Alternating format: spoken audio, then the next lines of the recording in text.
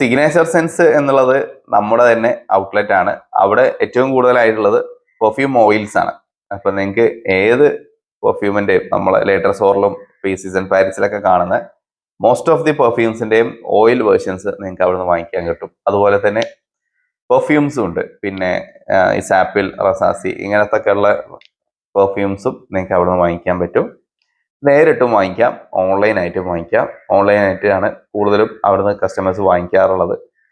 അതിൻ്റെ contact number ഞാൻ താഴെ മെൻഷൻ ചെയ്യാം. ഞാൻ സിഗ്നേച്ചർ സെൻസിൻ്റെ കുറേ വീഡിയോസ് ഞാൻ മുമ്പ് ചെയ്ത് പോയിട്ടുണ്ട്. അപ്പോൾ അവിടുത്തെ ഫ്രാഗ്രൻസ് ഓയിൽസ് എന്ന് പറഞ്ഞാൽ പലരും കാണിക്കുന്ന ഒരു പണിയാണ്. പെർഫ്യൂം ഓയിൽസ് കൊണ്ടുവന്നിട്ട് ഇതിനെല്ലാം ഒരു പ്രൈസ് റേഞ്ചിലേക്ക് കൊണ്ടുവരും. അതെങ്ങനെയാണെന്ന് വെച്ചാൽ ഈ ഫ്രാഗ്രൻസിനെ എക്സ്റ്റെൻഡ് ചെയ്യും.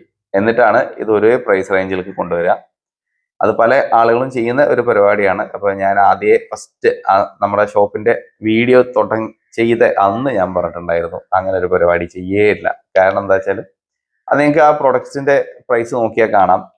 പലതിനും പല പ്രൈസാണ്. അപ്പോൾ ചിലത് നല്ല എക്സ്പെൻസീവ് ആയിട്ടുള്ളത് ഉണ്ടാവും, ചിലത് നോർമലി ഉള്ള ഒരു പ്രൈസിലുള്ളത് ഉണ്ടാവും. ഇങ്ങനെയൊക്കെ വരുന്നുണ്ട്. പിന്നെ ചിലർ പറയും ചില പെർഫ്യൂംസ് നിങ്ങളടുത്തുള്ളതിനേക്കാൾ വളരെ ചീപ്പറായിട്ട് ചില സ്ഥലത്ത് കിട്ടുന്നുണ്ടല്ലോ. അപ്പോൾ അതിനർത്ഥം നമ്മളെടുത്തുള്ള പെർഫ്യൂംസിന് വില കൂടുതലെന്നല്ല. നമ്മളെടുത്തുള്ളത് എന്താ വെച്ചാൽ അതിന്റെ ആക്ച്വൽ ആയിട്ടുള്ള സാധനമാണ്. ഒരു സാധനം ഒരു കോമൺലി എല്ലാവരുടെ അടുത്തും കിട്ടുന്നതിനേക്കാൾ വില കുറച്ച് ഒരാൾ കൊടുക്കുന്നുണ്ടെങ്കിൽ അതിനർത്ഥം അതിനെന്തെങ്കിലും മാനിപ്പുലേഷൻസ് ചെയ്തിട്ടുണ്ട് എന്നുള്ളതാണ്. അത് മനസ്സിലാക്കുക.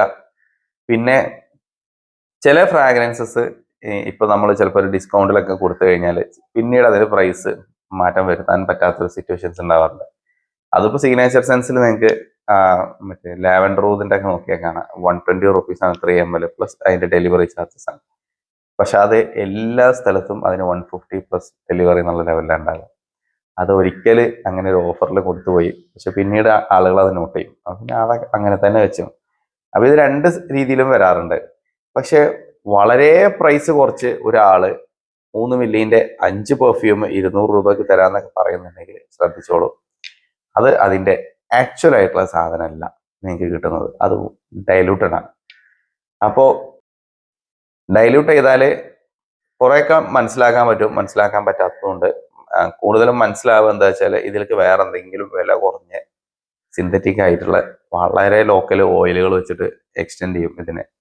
അതാണ് ചില കടകളിൽ നിന്നൊക്കെ നിങ്ങൾ പെർഫ്യൂം ഓയിൽസ് വാങ്ങിയാൽ അതിനൊരു പെർഫെക്ഷൻ ഉണ്ടാവില്ല.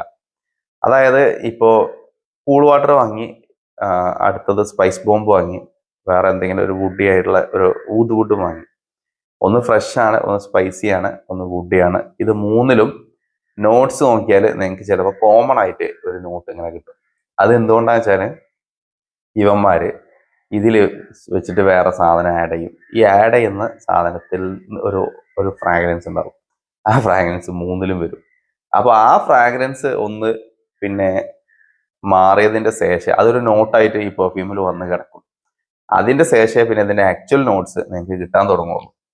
അപ്പൊ ഇങ്ങനെയുള്ള ചീപ്പായിട്ടുള്ള പരിപാടികൾ ഒരിക്കലും നമ്മളെ ഒരു ബിസിനസ്സിലും ചെയ്യൂല. ചെയ്യാത്ത എന്തുകൊണ്ടാന്ന് വെച്ചാല് അത് ഒരു എത്തിക്കലി ശരിയായ ഒരു സംഭവമല്ല. കാരണം ഒരു ഫ്രാഗ്രൻസ് ഇപ്പൊ നമ്മൾ ഒരു സാധനം ഇതിന്റെ ഇൻസ്പയർഡ് ആണ് എന്ന് പറഞ്ഞ് തരുമ്പോൾ അതിൽ കൊണ്ടുപോയിട്ട് വേറെ സാധനങ്ങൾ ആഡ് ചെയ്തിട്ട് ഇതിന്റെ ഫ്രാഗ്രൻസ് മാറ്റിയിട്ട് നമ്മളൊരു പേഴ്സണൽ ഒരു പ്രോഫിറ്റ് അല്ലല്ലോ നോക്കേണ്ടത്. എപ്പോഴും പെർഫ്യൂംസ് എന്ന് മാത്രമല്ല എന്തൊരു ഫീൽഡാണെങ്കിലും ഇപ്പോൾ നമ്മൾ ഈ ഫുഡ്, പെർഫ്യൂം ഇങ്ങനത്തെ ഒക്കെ എക്സ്പീരിയൻസ് ചെയ്തിട്ട് പറയേണ്ട കാര്യങ്ങളാണ്. അപ്പൊ ഈ എക്സ്പീരിയൻസിൽ നമ്മൾ ചീറ്റിങ് കാണിച്ചാൽ പിന്നെ ആ കസ്റ്റമർ ഒരു വൺ ടൈം കസ്റ്റമർ ആയിട്ട് മാറും. അപ്പോൾ അത് ശരിക്കും ഒരു ബിസിനസ്സിനെ സംബന്ധിച്ച് ഒരു നല്ലതായിട്ടുള്ള ഒരു കാര്യമല്ല. ഞാൻ മുമ്പ് പല വീഡിയോസിൽ പറഞ്ഞതാണത്.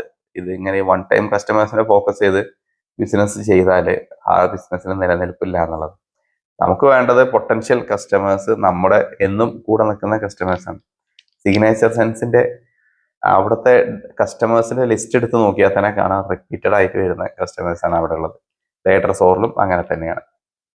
അപ്പൊ അത് എന്താ വെച്ചാല് നമ്മൾ കസ്റ്റമേഴ്സിന്റെ അടുത്ത് ഡീൽ ചെയ്യുന്ന രീതി, അവർക്ക് കൊടുക്കുന്ന പ്രൊഡക്ട്സ്, പിന്നെ കൊടുക്കുന്ന എന്താ പറയാ ആ സാധനത്തിൽ അവർ സാറ്റിസ്ഫൈഡ് ആയതുകൊണ്ടാണ് വീണ്ടും വീണ്ടും ഈ സാധനങ്ങളിൽ വീണ്ടും, അതായത് ആ ഒരു ഗ്രൂപ്പ് വളർന്നുകൊണ്ടിരിക്കുന്നത്. അതിൻ്റെ ഉള്ളിൽ നിന്നുള്ള കസ്റ്റമേഴ്സിന് നമുക്ക് ഒരുപാടുണ്ട്. പിന്നെ മാത്രമല്ല സജസ്റ്റ് ചെയ്ത് ഇങ്ങനെ ഓരോരുത്തരുടെ റെക്കമെൻഡേഷൻസിൽ പുതിയ കസ്റ്റമേഴ്സ് വരുന്നത്.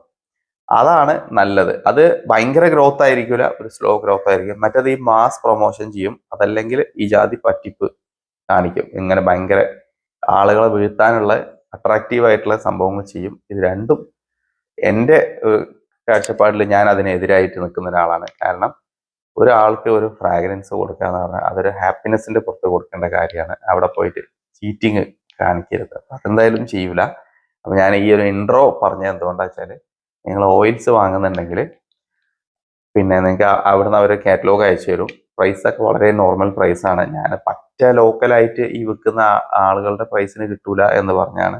കാരണം ആ പ്രൈസിന് ആർക്കും കൊടുക്കാൻ കഴിയില്ല. ഈവൻ ചിലപ്പോൾ ഇത് മാനുഫാക്ചർ ചെയ്ത ആൾക്കും കഴിയൂല. അതിന്റെ ആ ഫ്രാഗ്രൻസ് അതിൽ ഇപ്പോൾ ഒരു നമ്മൾ എലിക്സിർ കോൺസെൻട്രേഷൻ ഡിയോഡറന്റ് ആക്കിയ പോലത്തെ അവസ്ഥയാണ് അതിലുണ്ടാവുക എന്നുള്ളത് ജസ്റ്റ് പറഞ്ഞു എന്നുള്ളത്.